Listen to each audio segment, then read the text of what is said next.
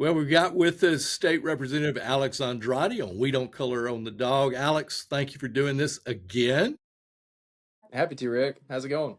Well, when you said you were going to be on the Health Care Appropriations Committee, I was saying, you were excited about it. I was thinking, I don't know, doesn't seem to be that important. And now you're in the middle of the biggest investigation that's going on in the state that we're aware of. And you've got some committee hearings coming up. What should we expect over the next couple days? Well, first, I gotta take issue. There's nothing not important about controlling $46 billion of the state budget, Rick. Yeah, that's true. If somebody has $12 in his pocket, that's yeah, agreed. But no, over the next 2 days, we'll have some hearings. I've invited the executives from the two dark money groups that took this money from the Hope Florida Foundation to come and explain themselves and explain, how are they made aware that the Hope Florida Foundation suddenly had $10 million and who exactly helped them grease the skids sufficiently to get $5 million each wired almost immediately upon request. I mean, this was like essentially like grants upon demand of $5 million each. And then also, who gave them the bright idea to both immediately wire that money to James Uthmeyer's PAC? I have spoken with one of the two executives, and she said James Uthmeyer was the one that told her this money was there, and then connected her with Jeff Aaron, and then Jeff Aaron helped her go extract that money and send it to James's PAC. So I know the answer from one group. The one that is outstanding, though, is the Florida Chamber of Commerce, Mark Wilson. So he's the executive CEO for the Florida Chamber of Commerce, and as part of that, he was also controlling Secure Florida's Future, this dark money entity associated with the chamber.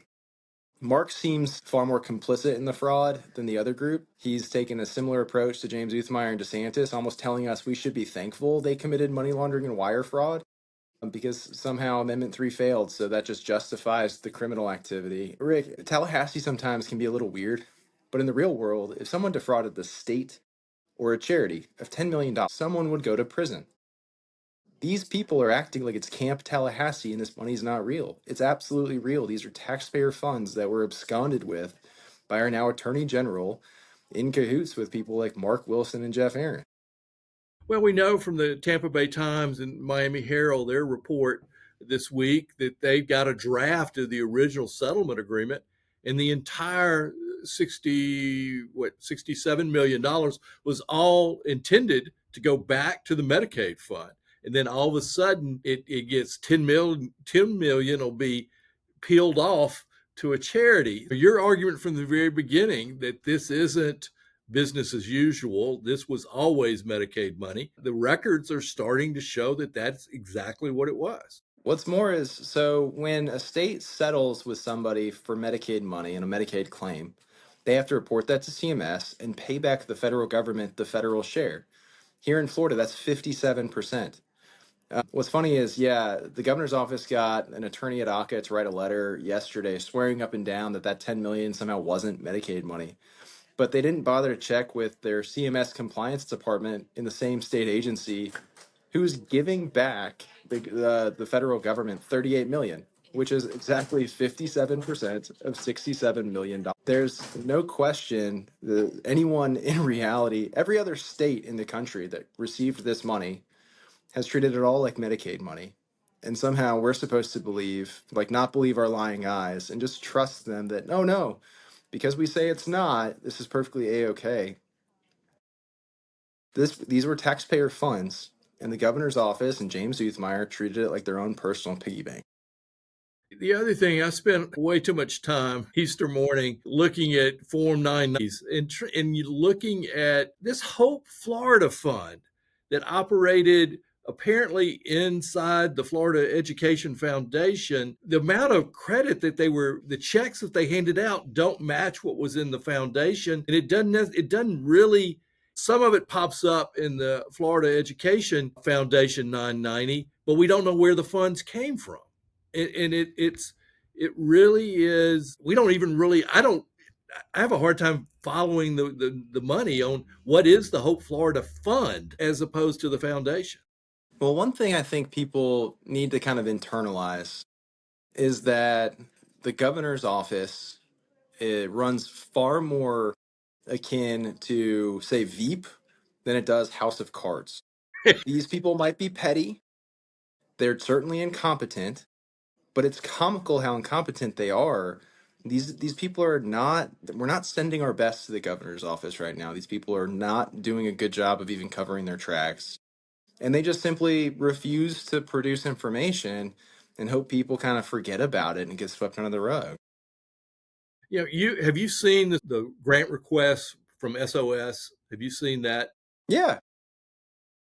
The little piece that I haven't gotten a full copy of it, it seems to be almost identical to the one that Securing Florida's Future did. Well, that's because Jeff Aaron texted Amy Rosenhaus a copy of Secure Florida's Future's letter and told her to use it as a template. Right. And Yeah. I have that in a text message.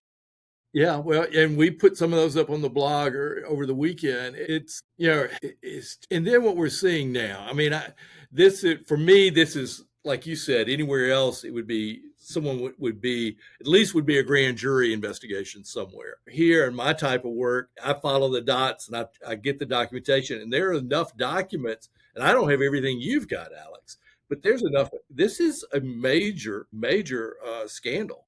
Well, unfortunately, the person that would normally investigate this is the person that's committing the most egregious acts. I mean, like, it's unfortunate, but James Uthmeyer cannot prosecute anyone else for money laundering or wire fraud with a straight face. Yeah, the other thing that's happening today is all of a sudden we're Republicans around the state. I don't know if it's around the state or just here.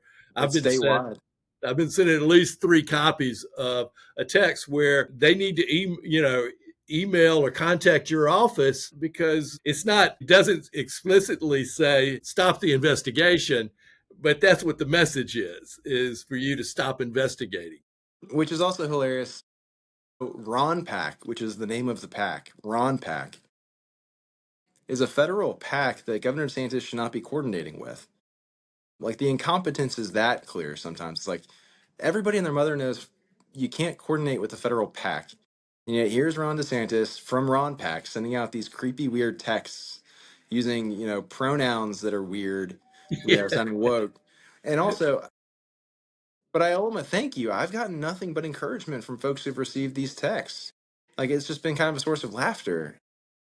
And again, I think you're right about, like, that press conference last week was kind of a turning point for a lot of folks in their view of Governor DeSantis. I mean, I've never seen people mock him more comfortably, more people disagree with him more openly than I do right now. And it's because he's just completely come unmoored and lost his way.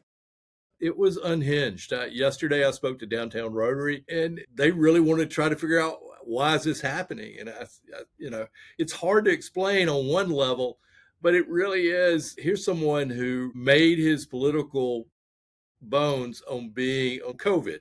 And he did, the state recovered much quicker than the rest of the country. But that's old news. And he immediately came out and got everybody bought into his presidential campaign that didn't get out of Iowa. And now I think you're seeing healthy, and you and I talked about it at the beginning of the session. This is healthy government. You want the legislative and executive branch to have some tension. You and I have tension. We disagree on issues, but you still talk, you still work through the issues. And this is someone that he's not used to having to work with anybody, and it just doesn't seem to be in his makeup to do it.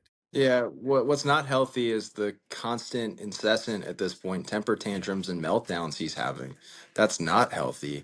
I mean, he needs to grow up, put his big boy pants on, accept the fact that this is a constitutional process and the legislature is a separate branch of government, and he needs to operate in that framework. I mean, if you actually care about the Constitution and the separation of powers, you need to not, I mean, you can't have a meltdown every time the legislature disagrees with you.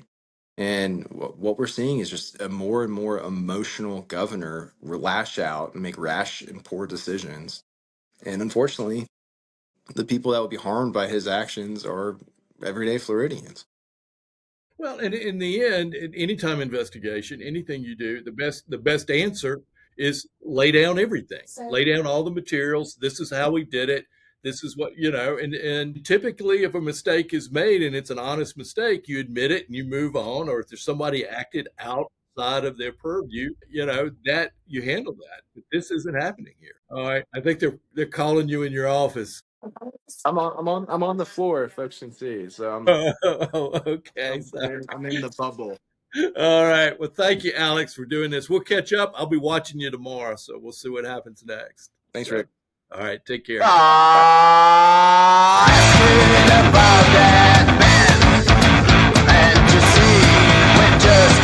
Thanks for watching, and to keep up with what's going on, be sure and subscribe.